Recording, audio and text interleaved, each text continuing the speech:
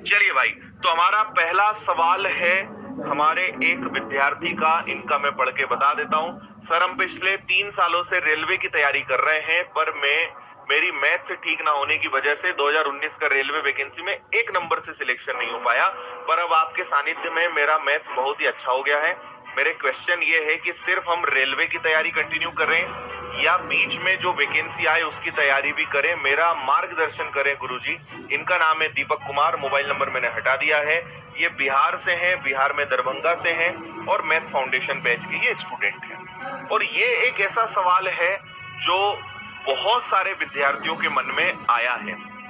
पहला सवाल आपका ये है कि सर, अब मध्य प्रदेश के विद्यार्थियों को क्या करना है, आगे अब हमारा क्या भविष्य है, क्या वैकेंसीज आनी है, क्या अब हमारा होना है, तैयारी करें ना करें, इंतजार करें, क्या करें, है ना।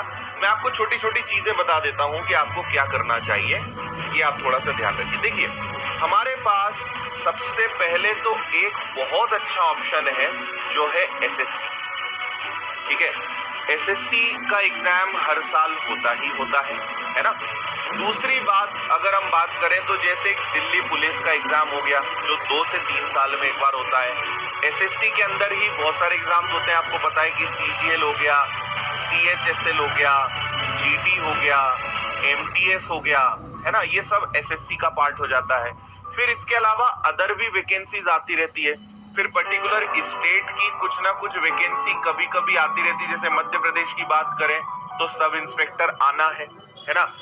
ये भी सुनने में आया है कि कांस्टेबल की वैकेंसी शायद नेक्स्ट ईयर फिर आ जाए, लेकिन बहुत बड़ी संख्या में नहीं, लेकिन वो आ जाए। तो इस टाइप की जो एसआई हो गई, पटवारी हो गई, है ना, या फिर आपकी कांस्टेबल हो गई, आरक्षक हो गई, ये कुछ वैकेंसीज हैं जो 1-2 साल में आती रहती हैं। कुछ कुछ जगहों पे मध्य प्रदेश में खासकर बहुत लंबा गैप हो चुका है। सबसे पहला मेरा जवाब आपको ये रहेगा कि आपको देखो, पहले क्या होता था कि हर जगह वैकेंसीज का सिस्टम अच्छा था। 1 साल 2 साल में नोटिफिकेशन आते रहते थे। पिछले 4-5 सालों से, और केवल किसी एक राज्य में नहीं, हर जगह हालत खराब हो चुकी है। तो मेरा पहला सजेशन ये रहेगा कि ऐसे एग्जाम को आप टारगेट करें जो साल में होता ही हो, और उसमें एसएससी बहुत अच्छा ऑप्शन है।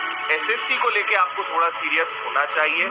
जैसे अब रेलवे है, आप सोचिए 2019 के बाद कुछ हुआ ही नहीं, ज्वाइनिंग ही अभी 2023 में हुई है।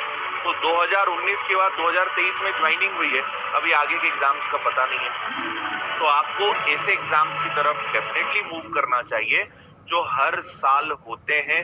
और एसएससी को आप क्या समझ रहे हो, बहुत अच्छे अच्छे डिपार्टमेंट्स हैं, है ना भाई। यूपीएससी के बाद अगर जितने भी हमारे केंद्र सरकार के जो अच्छे डिपार्टमेंट्स हैं, उन सब में आप एसएससी के माध्यम से जा सकते हैं।